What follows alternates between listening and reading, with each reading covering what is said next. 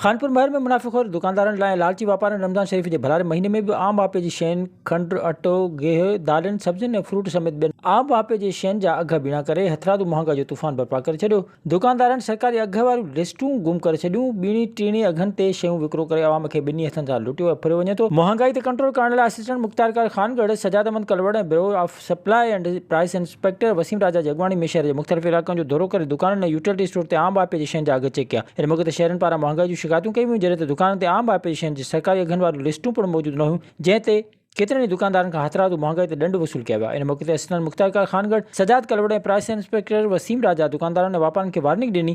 Assistant Mukhtar Ramzan शरीफ़ जे महीने में महांगाई ते कंट्रोल करण लाइ रोज़ाना जी बुनियादी कार्रवाइयूं करण ऐं ॿारहाड़ी जे माण्हुनि खे आम वापे जूं शयूं सरकारी अघनि ते फ़राहम करण लाइ वेन सर्विस पिणु जल्द शुरू करण जो ऐलान कयो। विज़िट कयो अवामी आवाज़ मीडिया ग्रुप जी वेबसाइट awamiawaz.pk